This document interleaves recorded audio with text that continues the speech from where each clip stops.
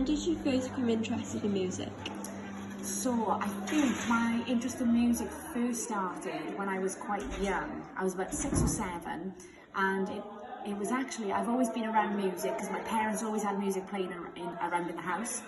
But then I actually broke my leg, and my school teacher, I was 7, and she brought the videotape of Mary Poppins around to the house, and I fell in love with it. And for like the 6 weeks that I had my leg in the air in a cast, I was singing along to the music, and that's where it all began.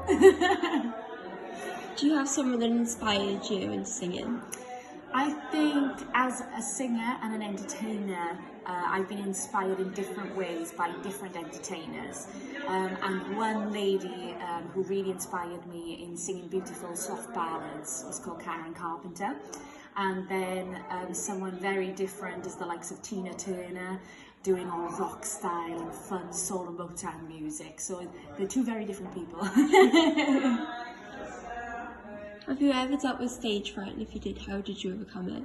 Absolutely. Stage fright has been a big thing for me that I've had to tackle, but it's taken me a long time and many years for me to actually figure out what's the best way around it. And I think what I've learned the most is that you've got to believe in yourself and know your capabilities.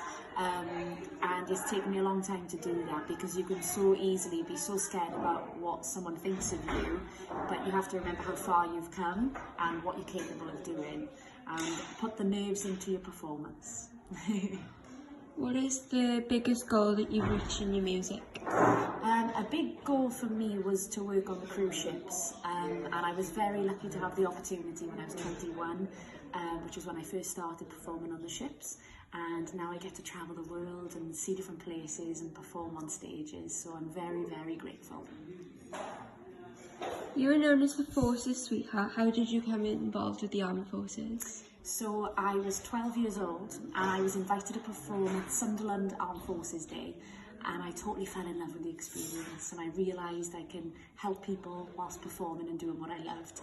And from then I was invited to carry on performing at different forces events and functions, and then I started to record music for them too, so it sort of spiralled from there. Yeah. Well, I think you've already answered this question, but you also sing on multiple cruise ships. Was there something that you always aspired to do? Absolutely, and I didn't realise how much. I knew I had an idea about it, and I thought I'd like to try it, but I think going into something like a cruise ship, you don't know if you're going to like it, you don't know if you're going to feel seasick. There were so many things I was thinking about, and performing with a live band, which is different to what I do at home. So for me, I had to think of lots of different things, and I knew I wanted to travel, so I thought, give it a go and see what happens. And after I did my first one, I had a fire in my belly, and I couldn't wait to do more. So I'm so pleased it's still something I can do now.